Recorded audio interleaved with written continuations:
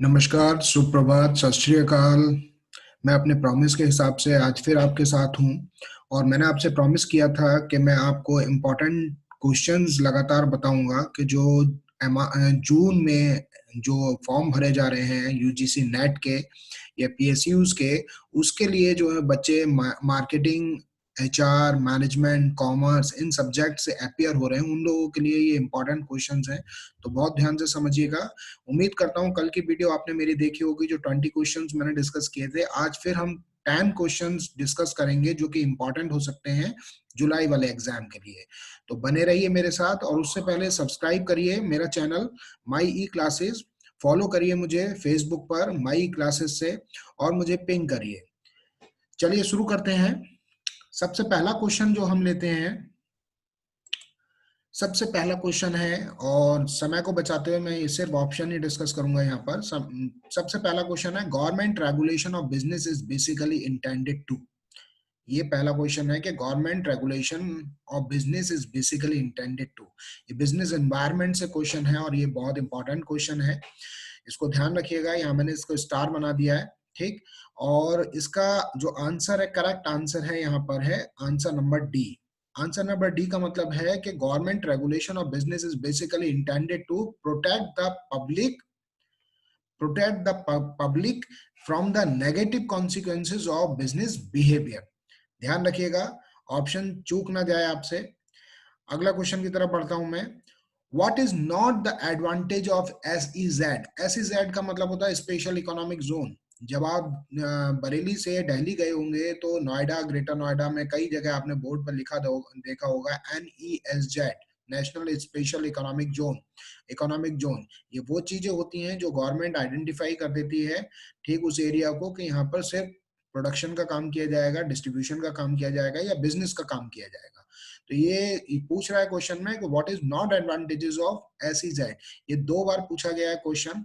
इसका जो correct answer है वो आप अपने हिसाब से मुझे बताइएगा कमेंट बॉक्स में। मैं आपको यहाँ बता दूं, इसका करेक्ट आंसर है बी। बी का मतलब है कि what is not advantages of SEZ का एडवांटेजेस क्या नहीं है, diversion of large tract of farm land diversion, यानी कि जो खेत है, खेत का डाइवर्जन, ये एनईएसजेड या एसईजेड का एडवांटेज नहीं है। चलिए, थैंक यू वेरी मच। अगले क्वेश्चन की तरफ बढ़ते हैं, बहुत अच्छा कर रहे हैं आप। Which type of complaints are not to be entertained by consumer forums? Which type of the complaints are not to be entertained by consumer forum under the Consumer Protection Act 1986? Thank you very much, Niranjal, Ayush, Kritika. Welcome. बाकी लोगों को जल्दी से बुला लो। Which type of the complaints are not to be entertained by consumer forums under the consumer protection act? पूछ रहा है आपसे कि किस टाइप की कंप्लेंट्स आर नॉट लिखा हुआ है यहाँ पर, बच्चों ध्यान देने की जरूरत है। Are not to be entertained, तो not to be entertained, consumer protection act जो है कंज्यूमर के हितों के रक्षा के लिए बनाया गया था, ठीक है। और उसमें समय समय पर कई सारे अमेंडमेंट हुए, उन अमेंडमेंट्स को मैं अपने अगले वीडियो में आपको बताऊंगा, ठीक है। तब तक इसको समझते हैं कि which type of complaints are not to be entertained by consumer forum under the consumer protection act 1986। Question number 3 और इसका करेक्ट आंसर है C, service provided free of cost.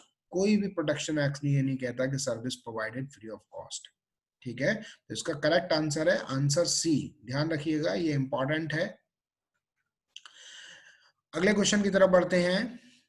और जो लोग नए जुड़ रहे हैं मेरे से यहाँ पर, वो प्लीज मेरे चैनल को सब्सक्राइब करिए माई ई क्लासेस, और मुझे फॉलो करिए फेसबुक पर माई ई क्लासेस नाम से। मैं अनअकैडमी पर भी अवेलेबल हूँ, डॉक्टर प्रबोध कौर नाम से आप मुझे वहां पे सर्च कर सकते हैं, मेरे वीडियोस को वहां पर सुन सकते हैं और मुझे फॉलो कर सकते हैं अनअकैडमी पर।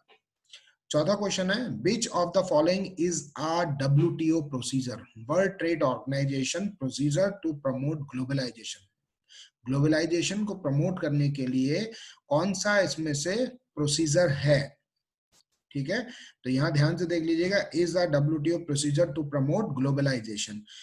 ग्लोबलाइजेशन को प्रमोट करने के लिए कई सारे प्रोसीजर्स थे, आप इसकी डिटेल आने वाली वीडियो में मेरे सुनेंगे। अभी मैं इसका डायरेक्ट यहाँ पे आंसर दे रहा हूँ।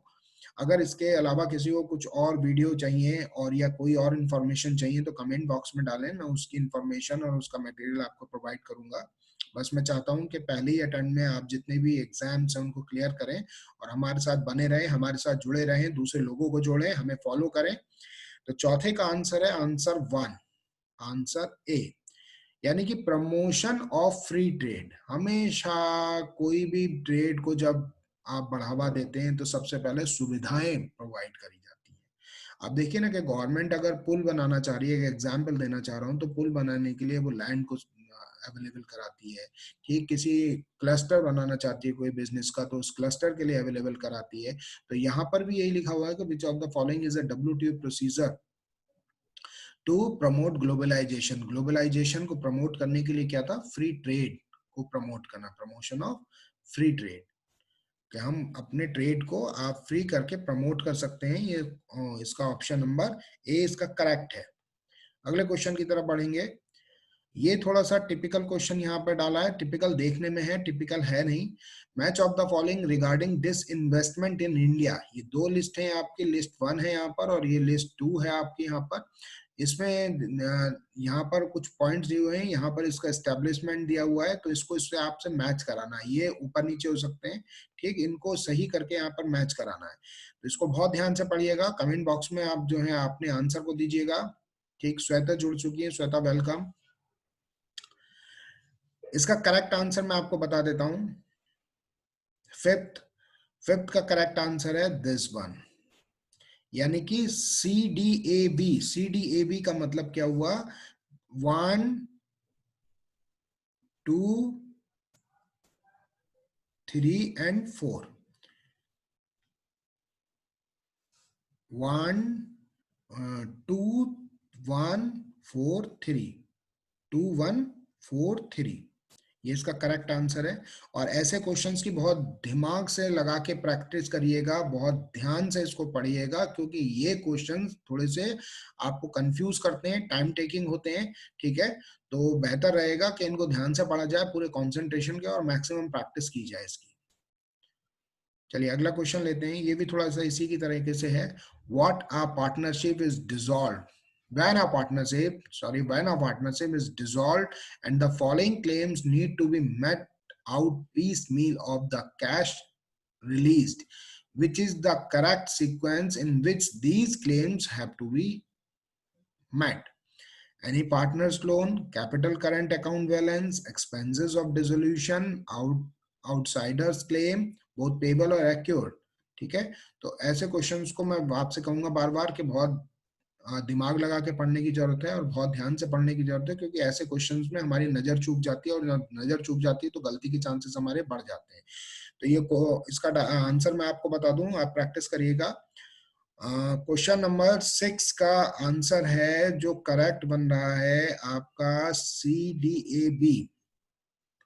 CDAB, CDAB का मतलब क्या हुआ, C का मतलब हुआ 1 2 3 एंड ये 4, 1 2 3 एंड 4, ये इसका सही सीक्वेंस है। सही सीक्वेंस में क्या है, एक्सपेंसेस और डिसोल्यूशन, आउटसाइडर्स क्लेम, फिर आपका एनी पार्टनर्स लोन और फोर्थ आपका कैपिटल करंट अकाउंट बैलेंसेस। अगले क्वेश्चन की तरफ बढ़ते हैं हम लोग। In practice accounts consider revenue from sales if a transaction meets the following condition. In practice accounts consider revenue from sales if a transaction meets the following condition. ठीक है, समझ गए होंगे इसको कि in practice of accounts consider revenue from sales if a transaction meets the following condition. इनमें से कौन सी कंडीशन ट्रांजैक्शंस मीट आउट करता है? तो पहली कंडीशन क्या है, द सेलर है पास द लीगल और इकोनॉमिक ओनरशिप। दूसरी कंडीशन है the seller and buyer have agreed on the price of goods. Third है the buyer have paid the price of goods और it's certain that he will pay the price. और चौथा है इसका आपका all of the above. ठीक है, तो 7th क्वेश्चन में मुझे जो आपको समझाना है कि seller has pass the legal economic होता ही है यहाँ पर, और buyers have agreed on the price and good बिना इसके हो नहीं सकता। The buyers have paid the price of the goods और is certain that he will pay the price. तो यहाँ पर जो सही आंसर है वो है ऑल ऑफ द एबव। तो ध्यान से पढ़िएगा इसको, ऑल ऑफ द एबव। अगला क्वेश्चन ले रहे हैं, the main difference between marginal costing and absorption costing. ठीक है, मार्जिनल कॉस्टिंग इकोनॉमिक्स से है, आपका कॉस्ट अकाउंट से है, और एब्जॉर्बिनल कॉस्टिंग, ठीक है, marginal costing and absorption costing lies in the treatment of. ठीक है, तो ये चार ऑप्शन दिए हुए हैं, direct cost, fixed overhead, variable overhead, semi and variable overhead. ठीक है, अब अपना सही आंसर कमेंट बॉक्स में डालिए। बच्चों इसका सही आंसर है एट्थ का सी, वेरिएबल ओवरहेड। सही आंसर सी है, क्योंकि फिक्स ओवरहेड, डायरेक्ट कॉस्ट और सेमी वेरिएबल ओवरहेड ये डिफरेंस क्रिएट नहीं करते हैं। ठीक है, लेकिन वेरिएबल ओवरहेड यहाँ पे डिफरेंस क्रिएट करता है। अगला क्वेश्चन लेते हैं हम, 9, विच of the following item is not an appropriation of profit for a limited company. Limited company बोल रहा है, यहाँ पर शब्दों में ध्यान देना है। Which of the following items is not an appropriation of profit for a limited company. Limited company के प्रॉफिट के लिए क्या चीज इसमें से एप्रोप्रिएट नहीं है? Corporate tax payable, ordinary dividend payable, debenture interest payable और प्रेफरेंस डिविडेंड पेएबल। ठीक है, तो यहाँ पर आपको पता होना चाहिए कि कॉर्पोरेट टैक्स पेएबल और ऑर्डिनरी डिविडेंड पेएबल, इनमें क्या अंतर होता है? Preference dividend payable. जो इसका करेक्ट आंसर है वो करेक्ट आंसर है इसका सी, यानी कि डिवेंचर इंटरेस्ट पेएबल जो होता है वो नॉट एन एप्रोप्रिएशन। यहाँ आपसे ये नॉट कह रहा है, इसको चूकना नहीं है, नॉट कह रहा है, इसको ध्यान देना है। Not debenture interest payable is not an appropriation of profit for a limited company. और आज का लास्ट क्वेश्चन लेते हैं, which of the following is not applicable to responsibility accounting. Responsibility accounting, ठीक है, 4 होते हैं ये 4 पॉइंट्स रेस्पॉन्सिबिलिटी अकाउंटिंग के। और इसमें आप देखिएगा कौन सा विच of the following is not कह रहा है यहाँ पर कि कौन सा नहीं है applicable. Profit centre, investment centre, ठीक, अकाउंटिंग सेंटर, लेकिन कॉस्ट सेंटर और अकाउंटिंग सेंटर। तो इसमें से आप देखा होगा कॉस्ट सेंटर होता है, इन्वेस्टमेंट सेंटर होता है, प्रॉफिट सेंटर होता है, लेकिन अकाउंटिंग सेंटर जो होता है, accounting centre is not applicable to responsibility accounting. ठीक है, तो ये आज के 10 क्वेश्चंस थे। इन 10 क्वेश्चंस को मैंने प्रीवियस ईयर पेपर से जो है पिक करा हुआ है और इसमें से रिपीट भी हुए हैं, और इनकी सही से प्रैक्टिस करिए। अगर इसके बाद भी कोई प्रॉब्लम रहती है तो आप कमेंट बॉक्स में कमेंट करिएगा। मैं अगले सेशन के साथ कल फिर उपस्थित होऊंगा। आपका दिन शुभ हो, और मुझे फॉलो करिए फेसबुक पर माई क्लासेस पर, यूट्यूब पर आप मुझे फॉलो करिए, सब्सक्राइब करिए मेरे चैनल को, और अनअकैडमी पर डॉक्टर प्रबोध गौड़ को आप फॉलो करिए। थैंक यू वेरी मच, आपका दिन शुभ हो। हम कल फिर मिलेंगे इसी समय इसी प्लेटफॉर्म पर।